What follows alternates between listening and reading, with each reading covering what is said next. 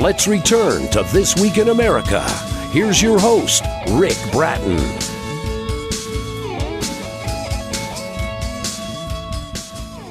Welcome back, everybody. Coast to Coast, This Week in America. Charles Campise was born in Houston, Texas, the grandson of immigrants from Sicily who came to an Italian settlement near Bryan, Texas in the late 1880s. He has a bachelor's degree in philosophy and a double master's covering educational psychology and social work. He has become fluent in Spanish through his own personal efforts at study. Retired from service to the foster care system in Texas in June of 2014 after 44 years. Then he began looking for something fun to do. He found an offer from a ride-sharing company on the fourth day of retirement, signed up, and was driving 1 week later. His book, Adventures of a Rideshare Driver, is a collection of Charles' favorite experiences of driving passengers who use the ride-sharing mode of transportation. He's been a ride-sharing driver on more than 7,000 trips, has served more than 20,000 passengers, and driven for 3 different companies. Charles Campise, author of Adventures of a Rideshare Driver, recipient of the Seal of Excellence, is our guest on This Week in America. Charles, welcome to the program. It's great to have you with us. Thank you very much, Rick. It's a pleasure to be here with you today. I want to talk about a little bit of the background. I ran through it there just talking about how this came about, that you started becoming a rideshare driver. How long have you actually been driving? Actually, I am finishing 6 years already. Amazing. And now with pretty heavy driving the last 18 months, I'm approaching 11,500 rides. I mean, that is just amazing how this all started. And let's talk about the background up to that point. I briefly mentioned you retired from the foster care system in Texas. Talk about your background, and then we'll jump into how you use basically all of that in being a successful rideshare driver. Well, I had 7 years in Catholic ministry, and it took me only 2 years to become pastor of a church. I was a very gregarious individual. I love people. I love to listen to people and to talk with people and to share experiences, happy times and negative times. And I am a people supporter. So this makes me, I think, the kind of person that can be not only an interesting driver, but I think also kind of a tour guide for this part of Texas. Well, that's interesting because isn't that a large part of what you do? You share stories, and you're very proud of that area, lived in that area for ages. You're sort of like with the Chamber of Commerce on wheels in dealing with some of your writers, from what I understand and read. Yes, when I'm taking people from downtown Austin to the airport, they start asking me about interesting places in Austin. And I give them like 20 places to visit on their next visit here. It's just... and usually either the husband or the wife or both say, geez, we wish we had met you when we first arrived here and gotten all this information. Yeah, where were you when we were coming into town? All the interesting places in Central Texas for our next visit. Well, you've got that lined up, and maybe that's encouraging some people to come back that might not have. Well, Austin is such a great place. I'm sure you got people lined up to get into that city. The book is Adventures of a Rideshare Driver. Charles Campise is the author and our guest on the program. That's Campise. The book's available at authorreputationpress.com, the usual places where books are sold. With that background, I mentioned philosophy, educational psychology, social work. As I'm reading that, I'm thinking that all comes into play, doesn't it, in adapting to the different customers that you drive around the area down there? Yes, it does. A lot of people want to know what I used to do. And I tell them that for many years I ran a wildlife preserve, a facility for problem boys who nobody wanted anymore because of their naughty behaviors. My wife and I founded that in the Austin area, and it's still in operation. On September 7th, it will have its 47th anniversary. Oh, that's amazing. Boy, you've touched a lot of So lives. I tell people what the countryside used to look like back then. I tell them what it looked like before Interstate 35 went through Austin.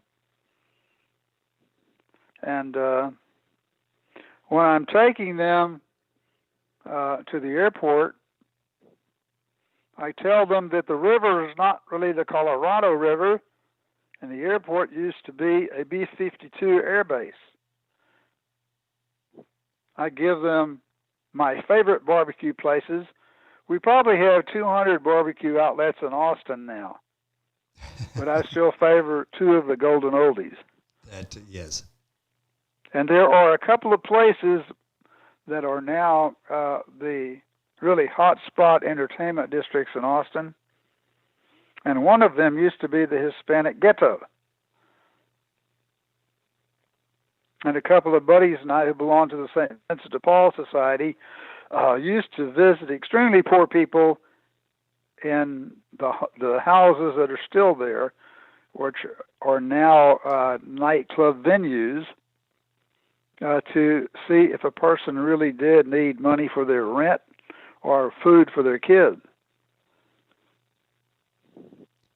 It's such an amazing background that you have in sharing that with all of the writers that you have. When did you get this idea to write the book Adventures of a Rideshare Driver?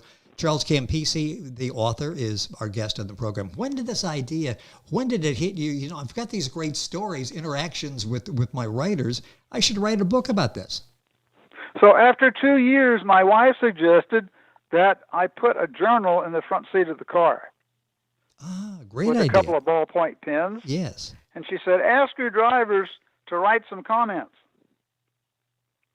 And when I filled 2 journals, I said, gee whiz, this content would make a nice book. Boy, and a lot of people didn't write extensively, excuse me. Yes. But I recalled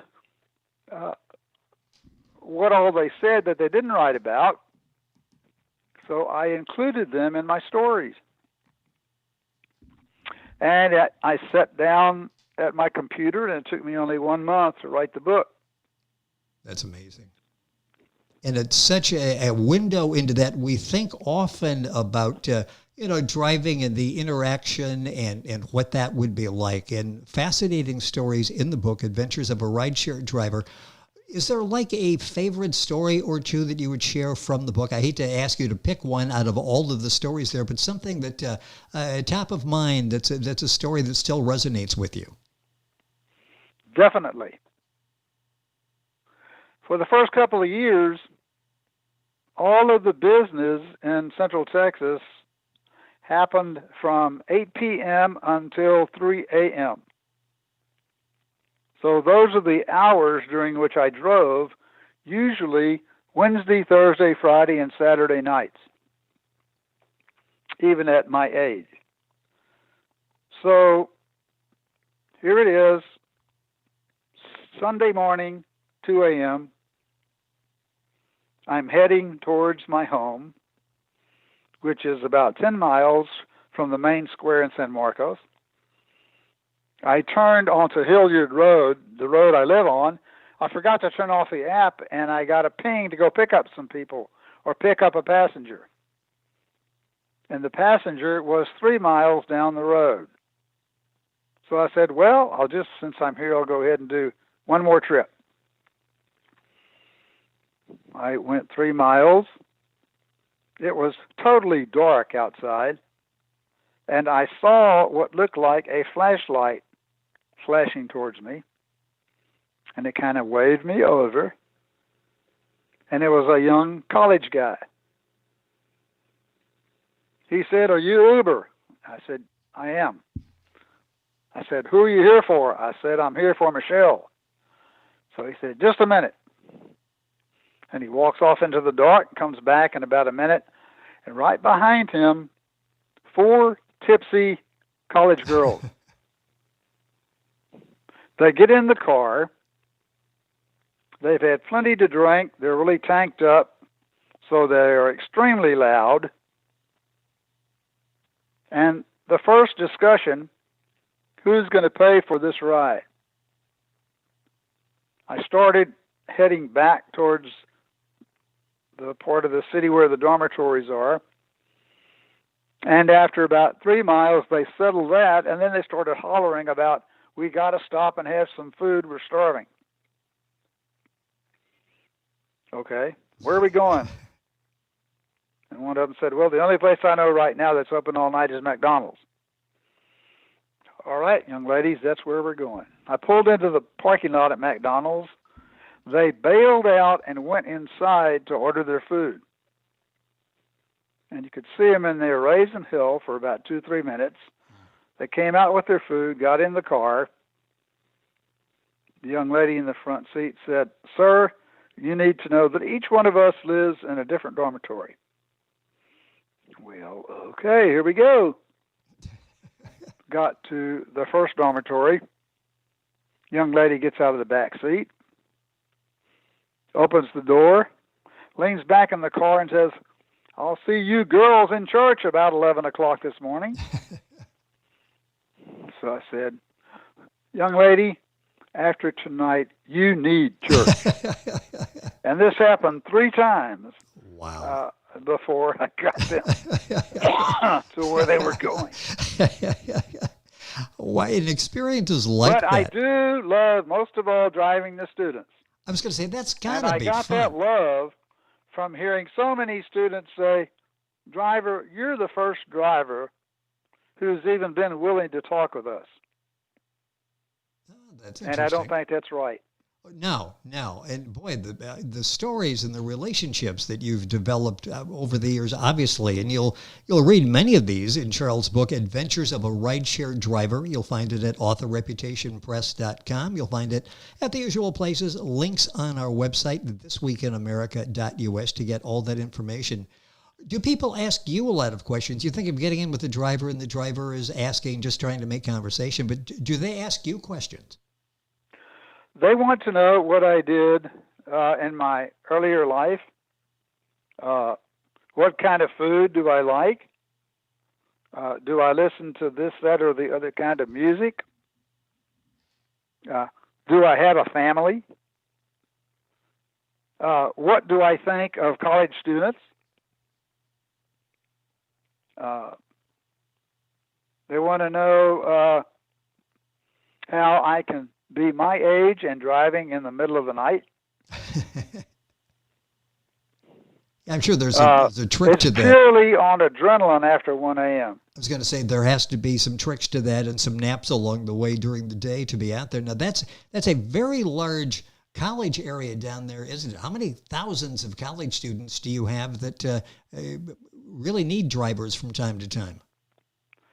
Well, for the last 2 years, the entire freshman class, I think, that comes here, as well as attends the University of Texas in Austin and the other colleges that are nearby, have had prior experience with rideshare driving.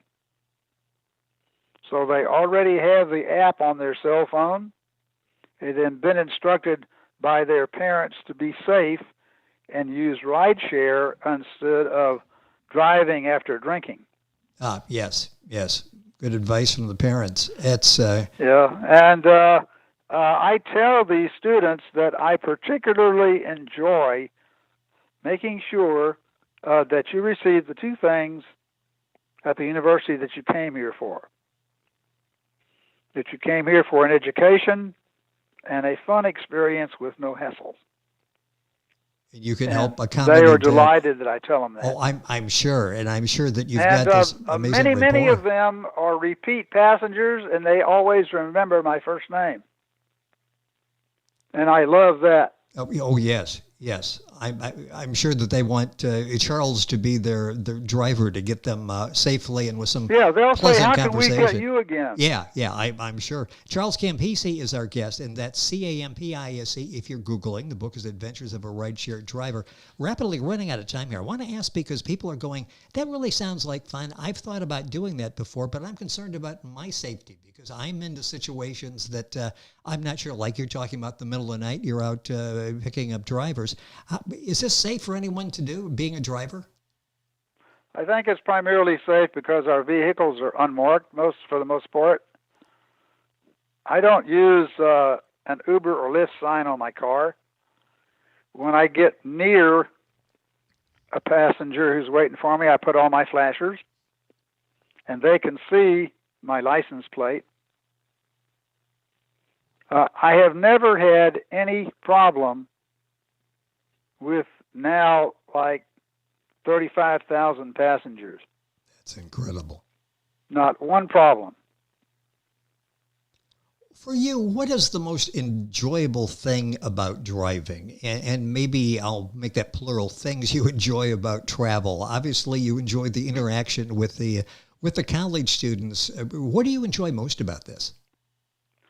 Well, I think because of my experiences, I can tell somebody how to get just about any place in San Marcos or Austin. I know where every entertainment venue is. I know where every good restaurant is. And to me, that's very enjoyable to have that knowledge. Yeah, as I said, and to be able to recommend a dozen places people might visit while they're in the area. Yeah, it's nice, not just a driver, but a sort of a tour guide as well that can give you the things to do from somebody who's lived there. Yes, and I can tell them approximately within $1 how much it's going to cost them to go from where they're staying to that venue. Well, that's a valuable service as well. I'll say it'll cost you $6 or $7 or $8 at the most. That's just a valuable service for the people that you're driving in that area. How many hours a week do you still drive? I still drive 20 hours a week. And since the COVID, I've been doing what's called Uber Eats. Here in Austin and San Marcos, there are a lot of restaurants that have signed up with Uber to have us drivers deliver food to people's homes and apartments. And I drive wearing gloves and a mask. I get the food, set it on the front seat, and the instruction always is leave the food at the front door. Yes. So it's safe because I never interact with the people who bought the food. You see that so often. I tap at their door and I say, Uber Eats at your door. And I walk away, and it takes them a couple of minutes before they open their door. Yep. Yes. So it's safe for them and for me. Well, it works out for everybody, and we've been inside for so long in all various parts of the country. A minute or so left in the program. When you do this, is the tipping good? Do they still tip you well for driving them and for Uber Eats? Tipping for Uber Eats is about 50% greater than for passenger travel. Oh, it's interesting. Some weeks, 40% of my take-home receipts are tips. And that just blows me away. Yes. And I think it's because people appreciate that there are some of us drivers out there delivering food to these people. They have such a great appreciation, that I'm doing deliveries of hamburgers and Mexican food and fried fish and Thai food, Chinese food. Yeah, it's amazing. All that until 2 a.m. And it comes right to their door within, I would say, less than 10 minutes every trip. That's a valuable Still piping service. hot and ready to eat. Oh, you're making me hungry. That's a great service to use, and keep that in mind as you're thinking about, should I order something and what's the best way to do that? Uber Eats is what Charles was talking about. A minute or so left in the program. I mean, this is obviously something you enjoy doing. Does this keep you young, this interaction that you have with all the riders you have, in particular the college students? A lot of students want to know how old I am. And I say, do you think you can guess? And they make a guess, and it's usually 15 years younger than I actually am. Okay, then it's working. And I tell them, and they say, no, you're lying. You can't be that old. I say, oh, indeed I am. The driving, the pouring olive oil on my vegetable salad, that keeps me young. And they just roar. They think that's hilarious. Well, it's a successful But I have formula. the greatest love and respect for this generation of young people. I think they're going to make America and the whole world a much better place once they finish school and they're out there. Well, that comes across just in telling the stories of the interactions with the young people you have. And it's so interesting because you really get to see them. You get to see them when the guard is down and they're riding with you and in conversation with you from various parts, not only the country, but parts of the world where you are in the Austin area in Texas. It's a fascinating book. Are you working on another book? Because you're a very talented writer. Are you working on like a sequel? I do have another book in the computer. And as soon as I can market successfully this book, I'll start spending money on getting the second book. Oh, great. Which will be More Adventures of a Rideshare Driver. Well, I am anxious for that, and hopefully we'll have a chance to talk about it. And Charles' first book, his book, The Adventures of a Rideshare Driver, is the recipient of the Seal of Excellence. Just outstanding reviews. You'll find the book at all the usual places. I'll direct you to authorreputationpress.com. You can find it there, but Amazon and all of the places. You can go to our website, thisweekinamerica.us, and we'll link you directly up with information on Charles' book. You can order that and enjoy the book there as well. Charles, time has gone by quickly. It has been a pleasure having you with us on the program. Thank you so much for sharing all the stories. Keep driving out there, students and food, and looking forward to having you back with us on the program. Well, thank you very much. I really enjoyed sharing today. It has been fun. Charles Campise, our guest. That's Campise. The book is Adventures of a Rideshare Driver. You'll find it at the usual places. Go to our website, thisweekinamerica.us, and we'll hook you up with a link, and you can order the book there as well. You're listening to This Week in America. Back after these messages. This Week in America is online. You can visit our website, thisweekinamerica.us. Scott Pinkerton, Associate Producer of This Week in America. Jay Anderson, Segment Producer. Ben Watson, Webmaster. Otto Bechet, Director of Engineering and TV Production. This Week in America produced and is a trademark of Blue Funk Broadcasting, LLC. For information on all of our guests and to listen to this week's show, our website again at thisweekinamerica.us. And I'm Sean Bratton, Executive Producer of This Week in America.